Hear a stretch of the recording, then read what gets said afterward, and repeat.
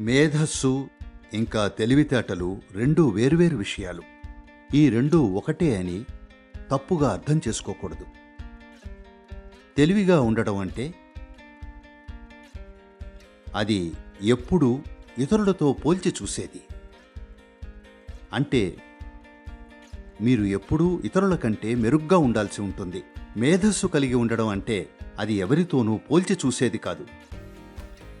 It is just by its own nature. కాబట్టి మేధస్సు ముఖ్యం. ఎందుకంటే అది ఎప్పుడూ ఎవరితోనూ పోటీ కాదు. అది కేవలం జీవం తాలూకు ఒక వ్యక్తీకరణ.